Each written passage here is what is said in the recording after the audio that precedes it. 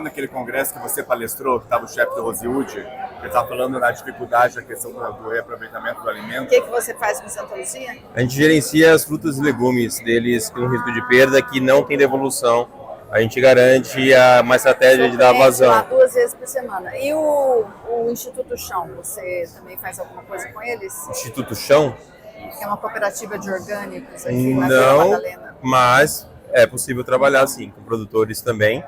O produtor é muito interessante porque ele tem 2 aspectos. Ele tem a perda dele projetada por uma falha de planejamento comercial, por dificuldades também de relacionar para esse mundo comercial, e ele também tem a própria expectativa do setor em cobrança de padrões. Então ele tem essa dificuldade de fazer disso algo que possa extrair um benefício e reduzir o impacto financeiro dessa perda. Então quando você começa a dar um ferramental, como a gente fala, eu dou uma automatização nessas decisões, já orientado para essas condições, a vida dele fica bem mais tranquila, que ele sempre, quando não conseguir executar, eu vou ter um conjunto de execuções em seguidas, automáticas. E aí ele vai conseguir ter uma recuperação de pelo menos até 50% do que, na teoria, ele iria perder financeiramente.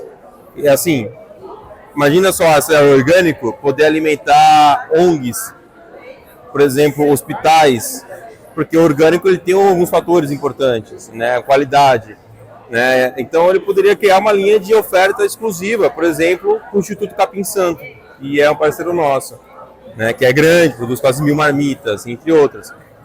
O Tonqueri, que também, se você conhece Santa Luzia, você deve ter falado da ONG Tonqueri, que é da nossa a Luciana, que também está lá, que é muito bacana, gosto muito dela.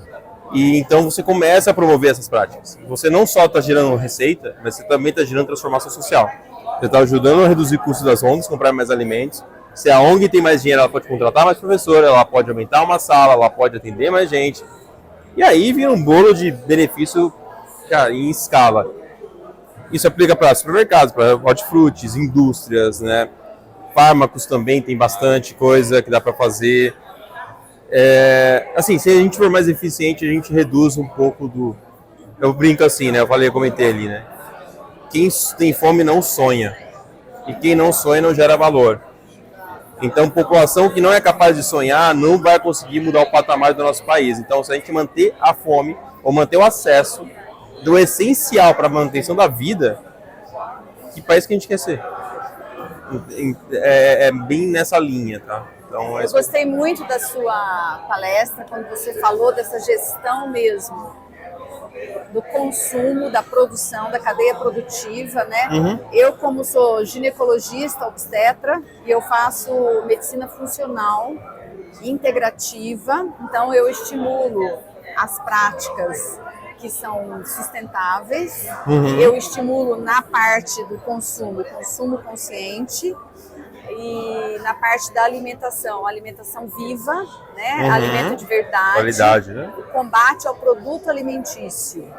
E muitas vezes, Salvador, nós temos dificuldade de mostrar para a mulher, que é a minha grande cliente, que se ela for atrás de um alimento verdadeiro, além de ter um maior valor para a saúde, ela vai ter um investimento, vai ter um retorno no investimento muito maior, principalmente se esse alimento for orgânico. Sim. Porque se nós fazermos a cadeia produtiva girar mais rápido, esse alimento vai chegar mais rápido do produtor para o comércio barra consumidor e vai ter menor perda. Sim, que é o com que certeza. você explicou.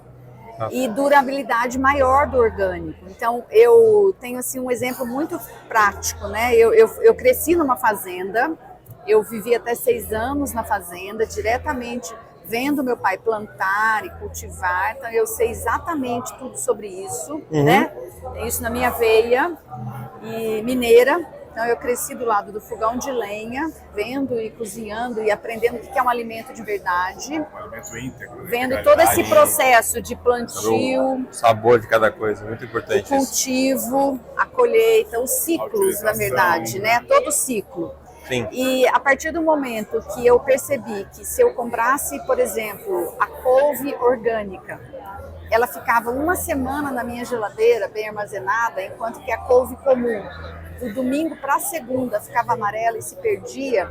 a gente consegue ver que tem muita diferença e que o retorno do investimento vale muito a pena. Sim. E quando a gente trabalhar esse produtor e esse empório, né, para gerir esse consumo e gerar menos perda, a gente vai ter menor valor, menor custo e mais acesso. Exato. E tirar a fome das pessoas. É exatamente isso. Você falou o essencial, não tiro, nem põe nada que você falou, exatamente esse ponto. E outra questão é trazer os alimentos não convencionais, que são os alimentos regionais, que vão ter um maior valor nutricional. Sim. E como eles têm um menor tempo de cultivo, assim, não foram tão manipulados, eles têm maior nutrição e são mais adequados para nós, o loco regional, né? Claro, até e porque... são alimentos que nem são vistos como os alimentos, as punks, né? Também estimular isso através do consumo consciente. Perfeito. Assim,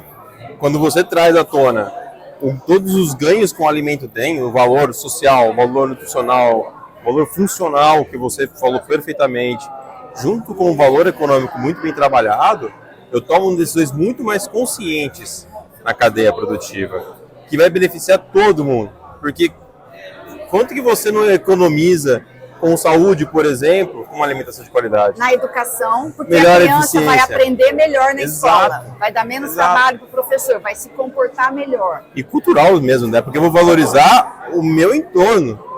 Entendeu? Eu vou valorizar a comida da minha região, vou valorizar. Então, olha o ganho que tudo isso gera. É um efeito dominó. E tudo isso, quando eu trago consciência, trago gestão, trago eficiência na cadeia como um todo, ali os ganhos são... Não dá nem para mensurar tudo que dá para acontecer. Então, realmente, Eu acho que muito bom. foi um prazer enorme te conhecer. Eu quero te agradecer muito, te parabenizar mais uma vez. Agradeço. E estabelecer aqui uma parceria, né? Para a gente poder estar se falando mais, Imagina. para poder trabalhar esses valores, uma cultura de valor, né? Perfeito. A gente marcar um outro encontro para poder trabalhar isso, para a gente poder divulgar essa ideia, difundir essa ideia. Já vou aqui te fazer o meu convite para participar de uma palestra, de um evento, de uma live, para você me ajudar a espalhar isso como se fossem sementes do amanhã, né? Cara, tá melhor que eu imaginava, tá perfeito, com certeza, vai ser um prazer. Obrigado, gente. Obrigada, viu?